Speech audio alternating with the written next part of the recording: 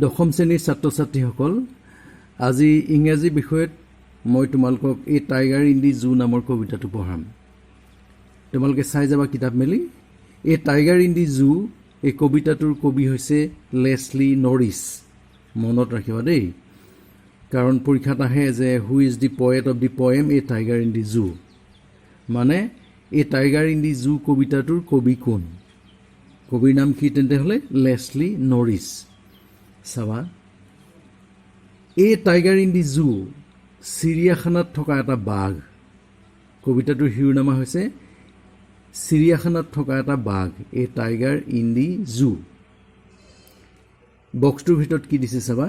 This poem contrasts a tiger in the zoo with the tiger in its natural habitat.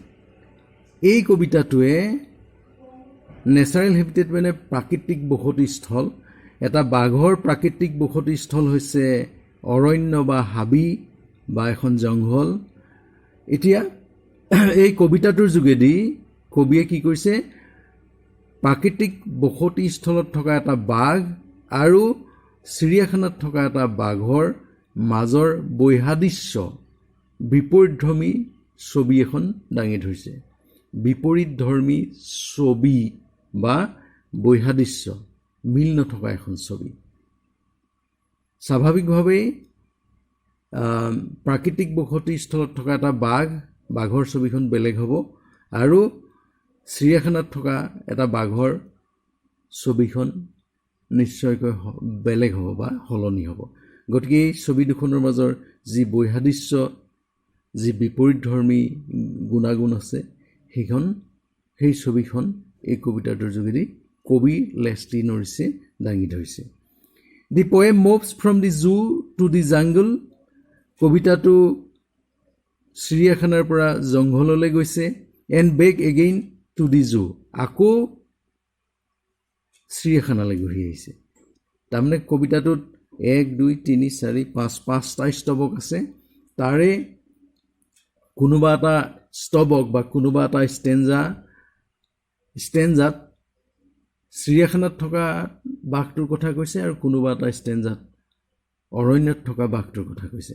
এতিয়া কোনকেইটা ষ্টেঞ্জাই অৰণ্যত থকা বাঘটোৰ কথা কৈছে, কোনকেইটা ষ্টেঞ্জাই চিৰিয়াখানাত থকা বাঘটোৰ কথা কৈছে, আমি কবিতাটো পঢ়িলে বুজি পাম। Read the poem silently once. এবাৰ কবিতাটো মনে মনে পঢ়া, নীৰৱে পঢ়া।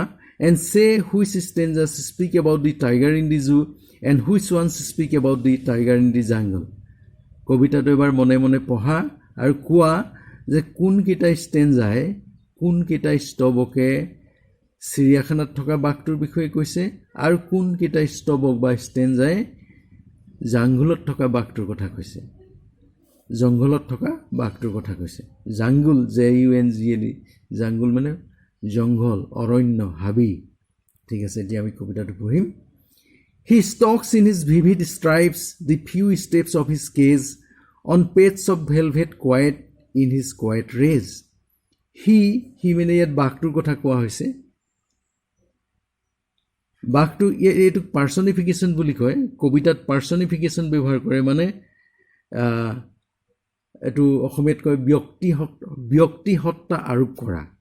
মানে বাঘটো মানুহ নহয়, কিন্তু বাঘটোক এজন ব্যক্তিৰ দৰে আচৰণ কৰা হৈছে, ব্যক্তিৰ দৰে ব্যৱহাৰ কৰা হৈছে, বা ব্যক্তিৰ দৰে ব্যৱহাৰ ইয়াত উল্লেখ কৰা হৈছে। এই কবিতাটোত এজন ব্যক্তিৰ দৰে এই টাইগাৰটোক মানে বাঘটোক আচৰণ কৰা হৈছে বা ধৰি লোৱা হৈছে।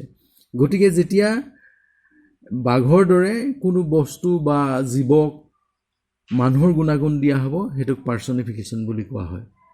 অসমীয়াত কয় ব্যক্তিসত্তা আৰোপ কৰা। গতিকে সি মানে ইয়াত টাইগাৰটো ইট ব্যৱহাৰ কৰা নাই, সি ব্যৱহাৰ কৰিছে, মানে মানুহৰ গুণাগুণ দিয়া হৈছে। গতিকে এইটোক পাৰ্চনিফিকেশ্যন বুলি কোৱা হয়। হি stocks in his vivid ষ্ট্ৰাইপছ।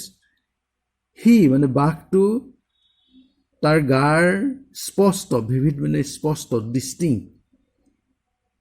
ষ্ট্ৰাইপছ means আঁচ থকা। তাৰ গাত, বাঘটোৰ গাত আঁচ আছে। এই আঁচবোৰ লৈ সি খোজকাঢ়ি ফুৰিছে। ষ্টক্স, গহীন গম্ভীৰভাৱে খোজকাঢ়ি ফুৰা। গতিকে এইটো আঁচ থকা বাঘ, বোধকৰি এইটো ঢেকীয়াপতীয়া বাঘৰ কথা কৈছে। ঢেকীয়াপতীয়া বাঘৰ গাত আঁচ থাকে।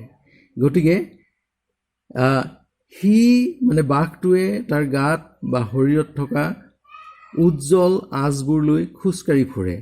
ক'ত? The few steps of his cage.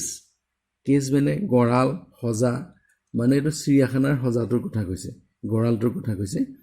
যে চিৰিয়াখানাৰ গঁৰালটোত সি খোজকেইটা কাঢ়ি, দি ফিউ ষ্টেপছ, ষ্টেপ মানে খোজ, দি ফিউ ষ্টেপছ বুলি কেলৈ কৈছে? যে চিৰিয়াখানাৰ গঁৰালটো এটা সীমাবদ্ধ ঠাই, গঁৰালটোৰ ভিতৰত সীমাবদ্ধ ঠাই। সি মন গ'লে বহুত খোজ কাঢ়িব নোৱাৰে। সেই সীমাবদ্ধতাৰ মাজতে যিকেইটা খোজ কাঢ়ে সেইকেইটাকে দি ফিউ ষ্টেপছ বুলি কৈছে।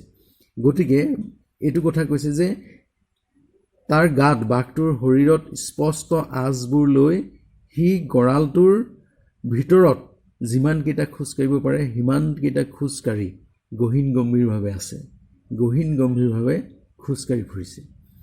On pads of velvet quiet, pad মানে তলুৱা, বাঘৰ ভৰিৰ তলুৱা, অফ ভেলভেট কোৱাইট, ভেলভেট মানে মখমল কাপোৰ, কোমল কাপোৰ, তোমালোকে দেখিছা ঠাণ্ডাকালি লয় মানুহে।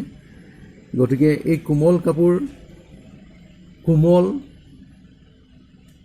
শব্দ নহয় এইটো ব্যৱহাৰ কৰিলে।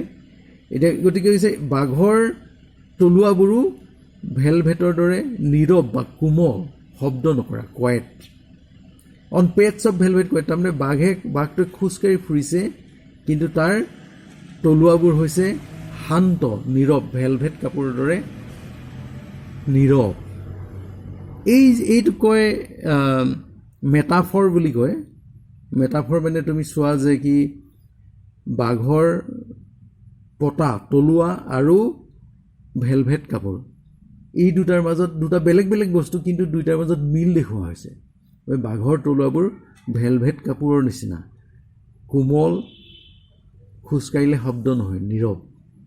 গতিকে এইটো মেটাফৰ বুলি কয়। In his quiet raise, quiet মানে শান্ত, নীৰৱ, ইতিমধ্যে পাইছোঁ। ৰেজ মানে তীব্ৰ খং। বাঘটোৰ ভিতৰত, বাঘটোৰ গাত, শৰীৰৰ ভিতৰত, বাঘটোৰ মনত তীব্ৰ খং আছে। ৰেজ, ভায়লেণ্ট এংগাৰ, তীব্ৰ খং আছে, কিন্তু সেইটো নীৰৱ হৈ আছে, সি প্ৰদৰ্শন কৰা নাই। কাৰণ আবদ্ধ হৈ থাকিলে যিকোনো জীৱৰে খং উঠিব। তোমালোককে যেনিবা, তোমালোকৰ প্ৰত্যেককে যদি এটা এটা গঁৰালত ভৰাই বন্দী কৰি থোৱা হয়, লগ কৰি থোৱা হয়, তেন্তে হ'লে কি হ'ব? তোমালোকৰ নিশ্চয় খং উঠিব, সকলোৰে খং উঠিব। গতিকে এই বাঘটোৰ অন্তৰত, বাঘটোৰ মগজুত তীব্ৰ খং আছে, কিন্তু সি শান্ত হৈ আছে। এতিয়া কৈছে কি যে গোটেই ষ্টেঞ্জাৰটোৰ অৰ্থ হৈছে কি যে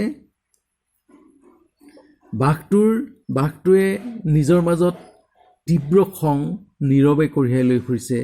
তাৰ ভৰিৰ তলুৱাবোৰো ভেলভেট কাপোৰৰ দৰে নীৰৱ, কোমল। এনেকুৱা কোমল বা নীৰৱ ভৰিৰ পতাৰে সি গঁৰালটোৰ ভিতৰত যিকেইটা খোজ কাঢ়িব পাৰে সেইখিনি খোজ সি কাঢ়িছে। তাৰ শৰীৰত স্পষ্ট আঁক বা আঁচবোৰ লৈ সি গঁৰালটোৰ ভিতৰত খোজ কাঢ়িছে, কিন্তু তাৰ মনত, তাৰ অন্তৰত তীব্ৰ খং আছে। সেই কথাটো মন ৰাখিবা, ঠিক আছে? নেক্সট, গতিকে প্ৰথম ষ্টেঞ্জাৰটোৱে কি ক'লে যে এইটো জুত থকা, মানে চিৰিয়াখানাত থকা এটা বাঘৰ কথা ক'লে। তাৰ অনুভৱবোৰ কেনেকুৱা সেই কথাটো ক'লে, সি কেনেকৈ থাকে সেই কথাটো কৈছে। চ' নেক্সট ষ্টেণ্ডাৰ্ড কৈছে যে he should be lurking in shadow sliding through long grass near the water hole where plump deer pass. সি মানে একেই বাঘটোৰ কথা কৈছে যে সি একচুৱেলি ছাঁত জোক লৈ থকাটো উচিত আছিল। মানে এটা বাঘ স্বাভাৱিকভাৱে ইয়াৰ প্ৰাকৃতিক বসতিস্থলত থাকিবলৈ পাব লাগে বা থাকিবলৈ দিয়া উচিত। ইয়াক বন্দী কৰি ৰখাটো উচিত নহয়, ইয়াক বান্ধি ৰখাটো উচিত নহয়। So' he should be lurking in shadow, shadow মানে ছাঁ, লাৰ্কিং মানে চুপ লৈ থকা, জোক লৈ থকা, যে গছৰ ছাঁত, হাবিৰ ছাঁত, শ্বেডো মানে ছাঁ, গছ বা হাবি জংঘলৰ ছাঁ, সেই ছাঁত জুপ লৈ থকা উচিত আছিল sliding through long grass sliding মানে গা ঘঁহাই যোৱা ওখ ওখ ঘাঁহনিত সি গা ঘঁহাই গছৰ ছাঁত সি জুপ লৈ থকা উচিত আছিল ক'ত নিয়েৰ দি ৱাটাৰ হ'ল পানীৰ সেই পানী ডুঙাৰ ওচৰত হ'ল মানে পানী ডুঙা ইয়াত কথা কৈছে পানীৰ ডাঙৰ ডুঙা পানীৰ উৎস নিয়েৰ দি ৱাটাৰ হ'ল হুৱেৰ প্লাম ডিয়েৰ প্লাম মানে শকত পাকত নুডুকা ডিয়েৰ মানে হৰিণা পাছ মানে অতিক্ৰম কৰে পাৰ হৈ যায় যে সেই পানীখিনিৰ পানী ডুঙাৰ কাষেদি নুডুকা হৰিণবোৰ পাৰ হৈ যায় মানে এই হৰিণে পানী ডুঙাত পানী খাবলৈ আহে পানী খাই পেলাই এইপিনে পাৰ হৈ যায় আৰু সেই তাৰ কাষতে সেই পানী ডুঙাৰ কাষতে গছৰ ছাঁত হাবিৰ ছাঁত সি মনে মনে চুপ লৈ থকা বা জুপ লৈ থকা উচিত আছিল সি এই প্লাম ডিয়েৰ মানে শকতাৱত হৰিণবোৰক সি চিকাৰ কৰিবলৈ সেই গছৰ ছাঁত সি পানী ডুঙাৰ কাষত জুপ লৈ থকা উচিত আছিল কিন্তু সি আছে ক'ত সি চিৰিয়াখানাত বন্দী হৈ আছে গতিকে প্ৰথম ষ্টেঞ্জাটোত যেনেকৈ চিৰিয়াখানাত থকা বাঘটোৰ কথা কৈছে দ্বিতীয় ষ্টেঞ্জাটোত প্ৰাকৃতিক বসতিস্থলত থকা এটা বাঘৰ কথা কৈছে ঠিক আছে নেক্সট আমি চাম he should be snarling around houses at the jungle's edge bearing his white fangs, his white claws, bearing his white fangs, his claws, terrorizing the village. He should be snarling মানে গুজৰি গুমৰি থকা, around houses at the jungle's edge, edge মানে কাষ, অৰণ্যৰ কাষত থকা ঘৰবোৰৰ চাৰিওফালে, সি গুজৰি গুমৰি থকা উচিত আছিল। মানে অৰণ্যৰ কাষতে জংঘলৰ কাষত মানুহৰ গাঁও আছে ঘৰ আছে বসতিস্থল আছে এই বসতিস্থলবোৰৰ ওচৰত হাবিৰ কাষত সি স্নাৰ্লিং কৰি থকা উচিত আছিল মানে গুজৰি গুমৰি থকা উচিত আছিল bearing his white fangs means বগা দাঁত দুপাৰি কুকুৰ দাঁত fangs white fangs bearing মানে উন্মুক্ত কৰা মুকলি কৰা মানে বগা দাঁত দুপাৰি উলিয়াই তাৰ ক্লজ মানে হাতুৰা তাৰ হাতুৰা উন্মুক্ত কৰি তাৰ বগা দাঁত দুপাৰি নিকটাই গাঁওখনক ভীতিবিহ্বল কৰা উচিত আছিল টেৰৰাইজ ভয় খুৱাই দিয়া ভীতিবিহ্বল কৰা ঠিক আছে কাৰণ বাঘে গুজৰিলে মানুহে ভয় খাবই অৰণ্যৰ কাষত গাঁও আছে গাঁৱত বহু মানুহ ঘৰ পাতি থাকে আৰু জংঘলৰ কাষত ই যেতিয়া চিঞৰিব বাঘটোৱে যেতিয়া গুজৰি গুজৰি উঠিব তাৰ বগা দাঁত দুপাৰি নিকটাই তাৰ হাতুৰা দুটা মেলি হিজ ক্লজ হাতুৰা মেলি যেতিয়া সি চিঞৰিব সি গুজৰি উঠিব গাঁওখনে নিশ্চয়কৈ ভয় খাব সি এইটো কৰা উচিত আছিল গতিকে এই ৩ নম্বৰ ষ্টেঞ্জাটো বা থাৰ্ড স্তবকটোতো প্ৰাকৃতিক বসতিস্থলত থকা বাঘটোৰ কথাই কৈছে নেক্সট 4 নম্বৰটো চাবা but he is locked in a concrete cell his strength behind bars stalking the length of his cage ignoring visitors তো 4 নম্বৰটোত কৈছে এই জু মানে চিৰিয়াখানাত থকা বাঘটোৰ কথা কৈছে he is locked in a concrete cell concrete মানে কঠিন চেল মানে গঁৰাল কঠিন মানে লোহাৰ চিমেণ্ট পকাৰে গঠা শিল বালিৰে গঠা কোঠা বাঘটো থাকিবলৈ নিশ্চয় দেখিছা তোমালোকে চিৰিয়াখানালৈ যদি গৈছা যে কি পকা দেৱাল দি ডাঠ দেৱাল দি একেবাৰে আগুৰি থয় গঁৰালটো আৰু বাৰ দিয়া হয় বাৰ মানে লোহাৰৰ দণ্ড দিয়া হয় দীঘল দীঘলকৈ যাতে বাঘটো পাৰ হৈ আহিব নোৱাৰে সি বন্দী হৈ থাকিব পাৰে গতিকে কিন্তু সি কংক্ৰিটৰ গঁৰাল লোহাৰৰ গঁৰালৰ ভিতৰত বন্দী হৈ আছে লক কৰি থোৱা হৈছে তাক বন্দী কৰি ৰখা হৈছে হিজ ষ্ট্ৰেংথ বিহাইণ্ড বাৰ্ছ তাৰ শক্তিখিনি সেই গঁৰালটোৰ ভিতৰত আবদ্ধ তাৰ গঁৰালৰ ভিতৰতহে এই গঁৰালৰ যিবোৰ দণ্ড দিয়া আছে লোহাৰ দণ্ড দিয়া আছে লোহাৰৰ খুঁটা দিয়া আছে সেইবিলাকৰ পিছফালেহে তাৰ শক্তিটো আবদ্ধ হৈ আছে কাৰণ সি পাৰ হৈ আহিব নোৱাৰে stalking the length of his cage ignoring visitors আৰু কি হৈছে তাৰ গঁৰালটোৰ যিমান দীঘল লেংথ গঁৰালটো চিৰিয়াখানাত তাৰ গঁৰালটো যিমান দীঘল সেই গঁৰালটোৰ দীঘলটোতে সি খোজকাঢ়ি ফুৰে আৰু ষ্টকিং তাৰ খোজবোৰ সীমাবদ্ধ সেই গঁৰালটোৰ ভিতৰত যিমান দূৰলৈকে খোজকাঢ়িব পাৰে সিমানহে খোজকাঢ়িব পাৰে সিমানখিনি সি খোজকাঢ়ে গতিকে তাৰ শক্তি গঁৰালটোৰ ভিতৰতে আবদ্ধ সি সেই লোহাৰৰ গঁৰালটোৰ মাজত আবদ্ধ হৈ আছে তাক বন্দী কৰি ৰখা হৈছে সি কিন্তু কি কৰে ইগনৰিং ভিজিটৰ চিৰিয়াখানা চাবলৈ ভিজিটৰ যায় দৰ্শনাৰ্থী যায় চাবলৈ মানুহ যায় সেইখিনি কিন্তু সি ইগন'ৰ কৰিছে মানে আওকাণ কৰিছে কেলে আওকাণ কৰিছে দুটা কথা বোধ কৰোঁ সি বুজি পাইছে এক নম্বৰ কথা যে তাক মানুহে বন্দী কৰি ৰাখিছে গতিকে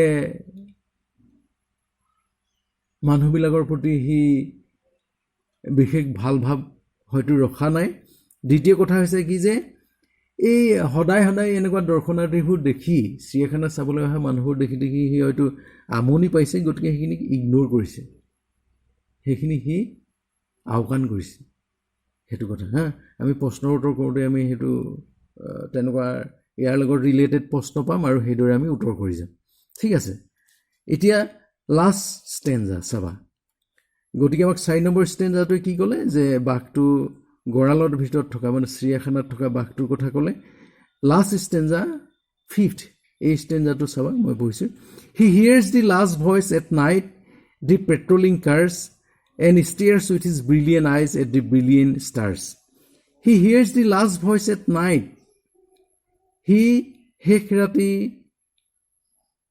শব্দ শুনে দি পেট্ৰলিং কাৰৰ শব্দ শুনে পেট্ৰলিং মানে চিৰিয়াখানাত নিৰাপত্তাৰক্ষী থাকে পুলিচ থাকে আৰু তেওঁলোকে গাড়ী লৈ নিৰ্দিষ্ট সময়ৰ মূৰে মূৰে ৰাতি নিৰ্দিষ্ট সময়ৰ মূৰে মূৰে ঘূৰে যাতে কিবা গণ্ডগোল হৈছে নেকি চায় ক'ৰবাত কিবা অঘটন হৈছে নেকি সেইটো চাবৰ কাৰণে পেট্ৰলিং দিয়ে মানে চাৰিওফালে এবাৰ ঘূৰে চিৰিয়াখানাৰ চাৰিওফালে গাড়ী লৈ পেলাই নিৰাপত্তাৰক্ষীসকল ঘূৰে এই গাড়ীৰ শব্দই শেষ ৰাতি সি শুনে বাঘটোৱে শুনে he hears the last voice at night the patrolling কাৰৰ শব্দ শেষ ৰাতি সি শুনে গতিকে চিৰিয়াখানাত থকা বাঘটোৰ কথাই কৈছে ষ্টবকটোত and stares with his brilliant eyes at the brilliant stars আৰু ষ্টেয়াৰ মানে একেথৰে চাই থকা তাৰ উজ্জ্বল চকু দুটাৰে ব্ৰিলিয়েণ্ট আইজ উজ্জ্বল ডেজলিং তাৰ উজ্বলি থকা চকু দুটাৰে সি উজ্বলি থকা উজ্জ্বল তৰাবোৰ ব্ৰিলিয়েণ্ট ষ্টাৰ্ছ মানে উজ্বলি থকা তৰা বা উজ্জ্বল তৰাবোৰক সি একেথৰে চাই থাকে